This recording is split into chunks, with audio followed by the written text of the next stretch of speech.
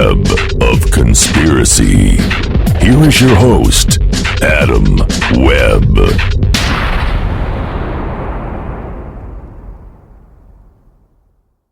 Another exciting edition of the Web of Conspiracy. I am your host, Adam Webb. It is great to be back with you again. I apologize for the delay. I've had some personal issues working through, and it's taken some time away from being able to really work on the podcast, so I do apologize for the delay. Nevertheless, I am back, and I know I had promised an episode on the Jersey Devil, and that is coming. Nevertheless, after the response that I got from the One World Government episode, I felt like I needed to do a little bit of a follow-up on that and kind of build upon that episode a little bit. But let me backtrack a little bit here and say that I just want to thank everybody for listening and supporting the show. One World Government has been my most popular episode by far. Just amazed me how much feedback I've gotten on it. So I decided that in looking at what it would take, because essentially in that episode I detailed how regional governance would facilitate this type of one world government. So I felt like I needed to expand upon this a little bit more and provide what I believe is another pillar, so to speak, in the process. But before I get started into the depth of the conversation today, there were a few news items that caught my attention, so I felt like I really needed to touch upon some of these. Some of them are a little dated, as I've been off the air now here for a couple weeks. But first off, wanted to discuss MH370 again. Here we are now, a year out, missing no answers. As I had stated then, I didn't believe that we'd receive any solid answers at the time, and I don't know that we ever will. And there's certainly some possibility that there were some technical issues based on what we're hearing about battery life on some of the transponders and whatnot. Nevertheless, it just amazes me that we don't have any answers here. I feel horrible for the family. I cannot even imagine for the families of the people who lost somebody what this experience must be like. And not only have they lost a loved one, but there's no closure in terms of why. Was it shot down by military? Was there some sort of unknown phenomena, paranormal phenomena, whatever the case may be? Natural causes. There's just no explanation. And I'm not sure at this point that we're ever going to get it.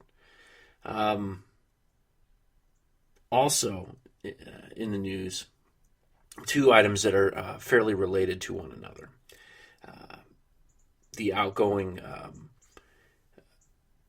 chief of staffs of President Obama, John Podesta, had put out a very interesting tweet on his way out, being that his biggest regret was not securing UFO disclosure, which, of course, set off alarms and caught everybody in the ufology realm, caught all their attentions, as well as some other people, certainly even in the mainstream. Peculiar tweet, and I know many people have tried to read into this. What is this? What is he saying? While I think that on the surface it's legitimate, I think it perhaps, with him being connected to the Clinton administration and all the talk about it then, it leads people to believe that there is something tangible here. And perhaps there is. What I would caution is that maybe it's in some sort of effort of his to try to quelch it. But it's hard to say. Those who are in the know believe that Podesta is someone who believes in the phenomenon and believes that there are agencies within the government that have this knowledge and have this authority and are not disclosing it. So if in fact that is his true agenda, then fantastic. I would hope that's the case, but it's an interesting tweet and it certainly caught a lot of attention, and I'm wondering if we're going to hear more from Podesta. Certainly if Hillary Clinton does end up running, as it would appear, I would imagine that by all means he is going to be part of her team. So I think we're going to see Podesta again if Hillary Clinton does, in fact, receive the Democratic nomination and ends up being ultimately elected as President of the United States. Nevertheless, we will see if that occurs. Now, building on that, President Barack Obama appeared on the Jimmy Kimmel show, Jimmy Kimmel Live, a late-night talk show. And in that, of course, on the interview, Kimmel, seems to be his thing where he's asking all these presidents about UFO disclosure. Interesting response by the president. He sort of has some fun with it, at least in a toying way. But his answers are intriguing in that he sort of says things that, well, perhaps we would kind of expect him to say, right? That he can't talk about it. That maybe he's being, as coy as he's being, maybe he's being truthful in all this. Despite the playfulness and then having fun with the topic, it would, at least on the surface, appear. Maybe he's telling truths in this. So, of course, that has garnered a great deal of attention. That perhaps, he's saying that, I don't have access to that information. I wouldn't be allowed to talk about it. All these kinds of things that he had this little running, jokes with Kimmel about. But nevertheless, it certainly caught a great deal of attention and makes you wonder, maybe he was making an effort of some sort, in some sort of way. Who knows? But once again, it caught a lot of attention, certainly caught my attention, and it's something to wonder. For those of you who've been listening for a long time know that my hope would be that one day we get some sort of definitive response, but at this point in time, it doesn't seem like it's going to be happening soon. So, building upon, I guess, a little bit of this topic of conspiracy, I had, a few weeks back now, managed to finally get around to watching Citizen4. Now, for those of you who have not watched Citizen4 or have not heard of it, you need to watch it.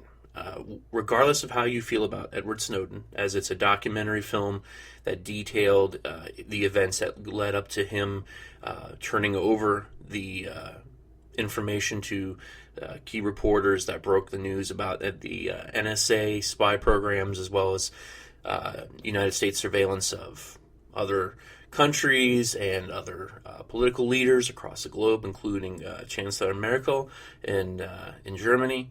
So it's a fascinating documentary, and it certainly held my attention.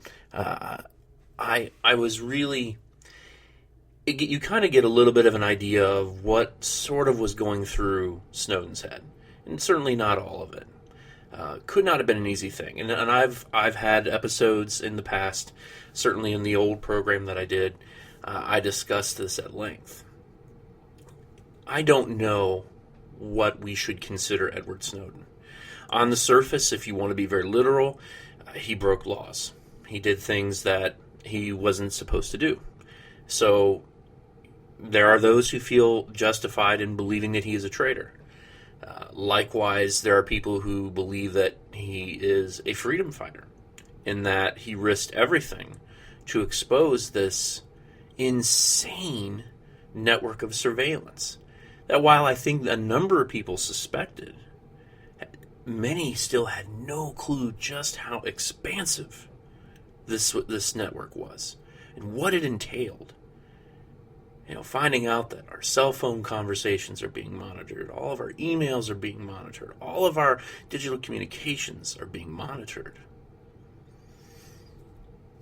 And after having watched that, and this is where I felt like, and seeing the response to the previous show, I really felt like I needed to add this to the conversation. Because if we're talking about the keys to turning a series of nations into a regional government, and then boiling regional governments down into a one world government, one of the key pillars in this process, aside from creating regional governance as the first step and towards this gradualistic, expansive effort to consolidate, the most important tool in being able to facilitate and control in the process is surveillance, a surveillance state. It is remarkable. It's absolutely amazing. And of course, as I said, I recommend, regardless of how you feel about Edward Snowden, wherever you come down and how you want to judge him for what he did, I think it's important to watch because you get an idea, and certainly you can see, for those of you who aren't familiar, just how far-reaching these NSA programs were and are. Because, I mean, technically, I think most of them are still ongoing, regardless of what may be said in public. So, this documentary, it inspired me. Okay, I feel like I really needed to discuss the importance of the surveillance state in this process. The film lays out all these programs, PRISM, just how vast this is, and the efforts that these reporters had to do, and of course Snowden trying to encrypt emails so that they could actually have these conversations, the filmmaker, to be able to put all this together to try to create this documentary and then put it out there, and to find that how many people were being watched by the federal government, how many on watch lists, how many, and I would wager that there's a number of those individuals who are undeservedly so on watch lists. And to be truthful, maybe there is a little bit of a paranoia that comes about having a podcast or a show of any kind in which you discuss the government perhaps overstepping their bounds and doing things that are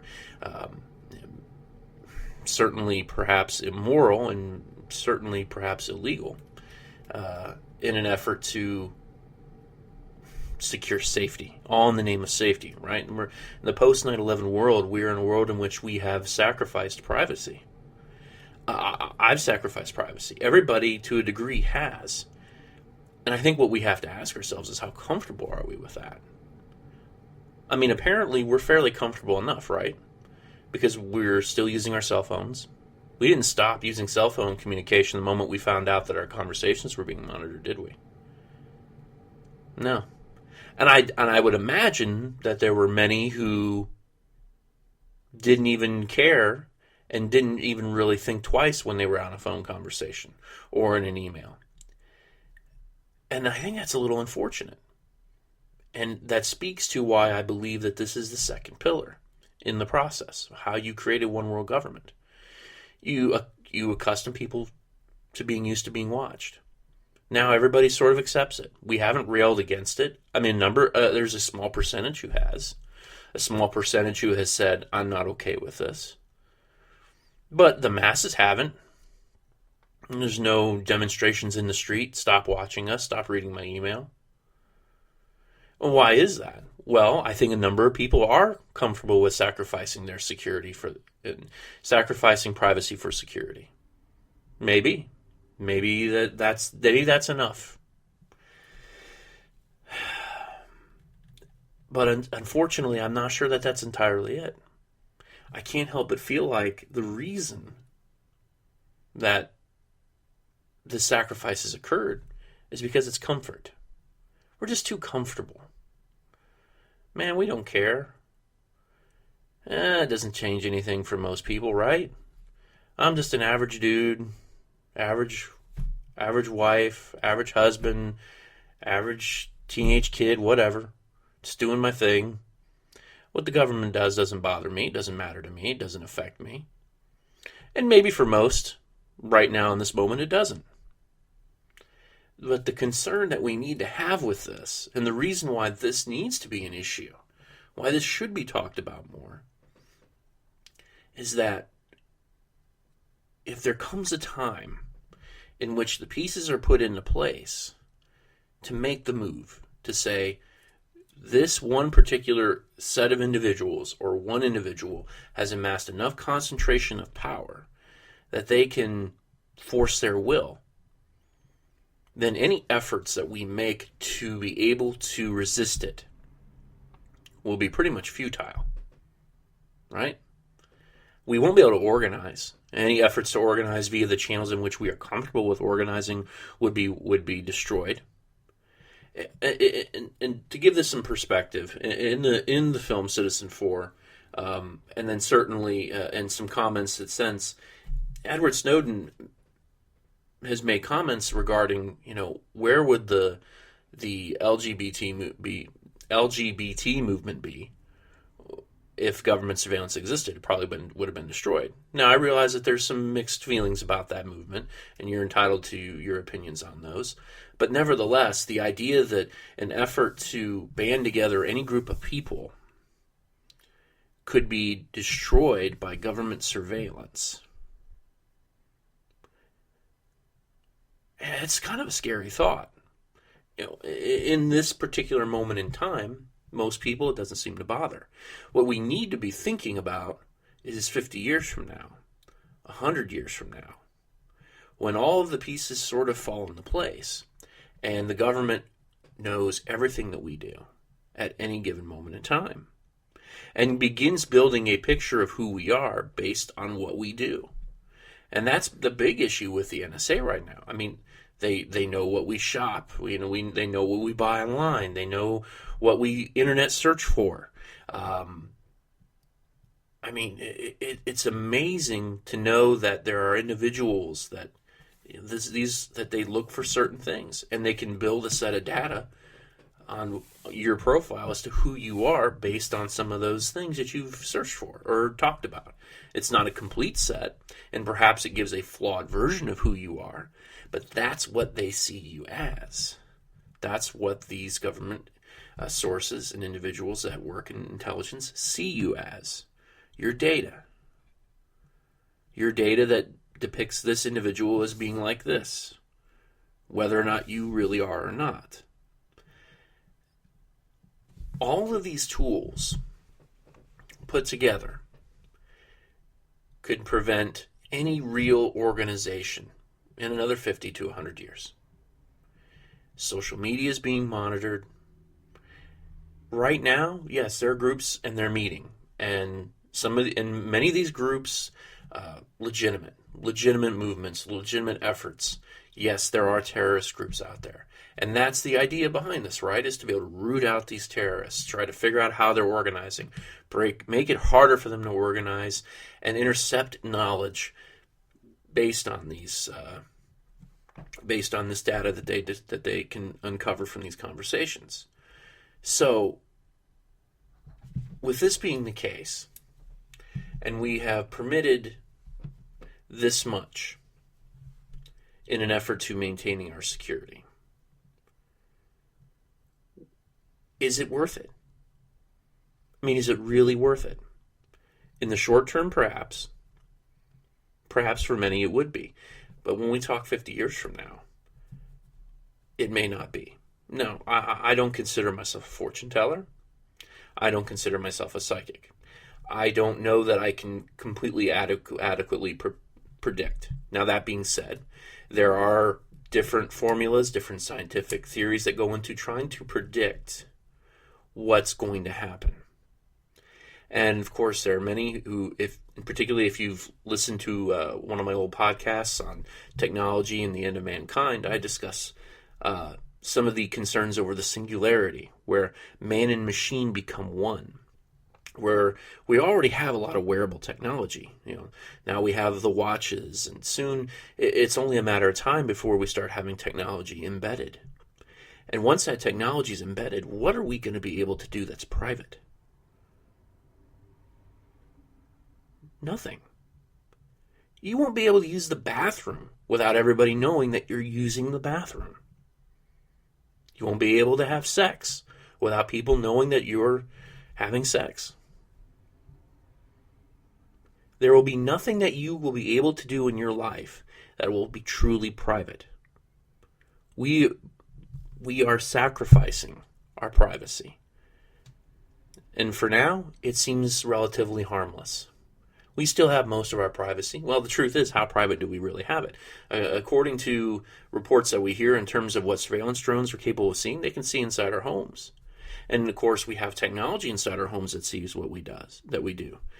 video game systems that have cameras, such as the Xbox One, Samsung television. Not too long ago, there was a concern about the fact that they can hear what you talk about. And then we have to worry also about the possibility of hackers and other individuals that we don't want hearing our conversations being able to manipulate based on data that they acquire while listening in and monitoring our communications. For what? I mean, are we truly safe? Is this the safe route? Now, I generally try to stay fairly neutral in everything that I present to you. But that being said, I have to say that I don't know that this is the answer. While I, generally speaking, am certainly am not a fan of ISIS, I think I've made that clear. That being said, I don't know that the sacrifice is ultimately worth it. What we are going to be giving up, what we have given up, and what we will continue to give up even more in an effort to be safe. How much of it is propaganda? I mean, there are more people who are killed in violent crimes in the United States than by terrorist attacks. Now, I'm not saying we should abandon our concern about terrorism, because perhaps those numbers are that way because we have this network in place. But nevertheless, there are other dangers in this world. Yet we haven't sacrificed all of it.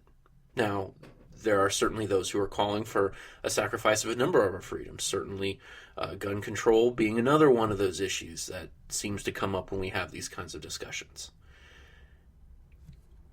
Is the sacrifice worth it? Now, that's something that I think every individual, regardless of where you're listening to me from, I know that I've got a fairly large audience in the UK and Australia. Similar issues in both of those nations as well.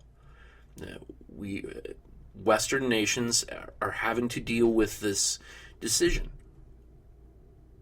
What do we do? Where do we draw the line? Can we draw the line? I don't know that we can. Unless we stop it completely, can we draw a line? Is only this much surveillance of our data okay? I don't know that it is. I think in many respects it's sort of already too late. It's closing the barn door after the horse already got out. And it doesn't matter. And now it's a little bit of a futile situation. I mean, unless we make a coordinated effort to abandon these certain types of technologies in which we are being monitored, which would essentially set us going back in time decades, I don't know that we can change it, because can we live without the technologies that we've developed now? Well, we could, but does anybody want to? Technology has always been, there's been a love-hate relationship with mankind and technology. And the surveillance state is able to grow in part because of the technology that we have developed.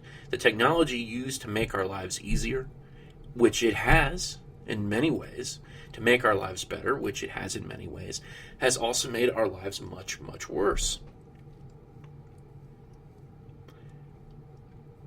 So, for those of you who are hoping that I have some sort of answer, I don't know that there is.